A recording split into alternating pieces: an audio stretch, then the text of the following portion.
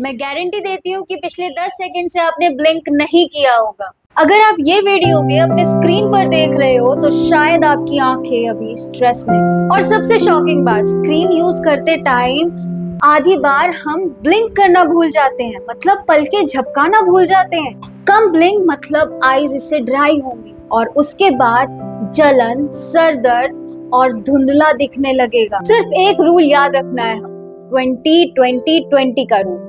इसमें क्या होता है, हर 20 मिनट में 20 सेकंड के लिए 20 फीट दूर चीजें हमें देखनी है।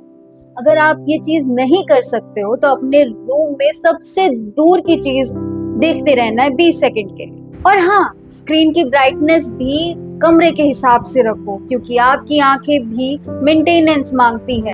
अब कमेंट में अपना स्क्रीन टाइम लिखो और ये वीडियो उन दोस्तों के साथ शेयर करो जिनका स्क्रीन टाइम बहुत ज्यादा है। नमस्कार।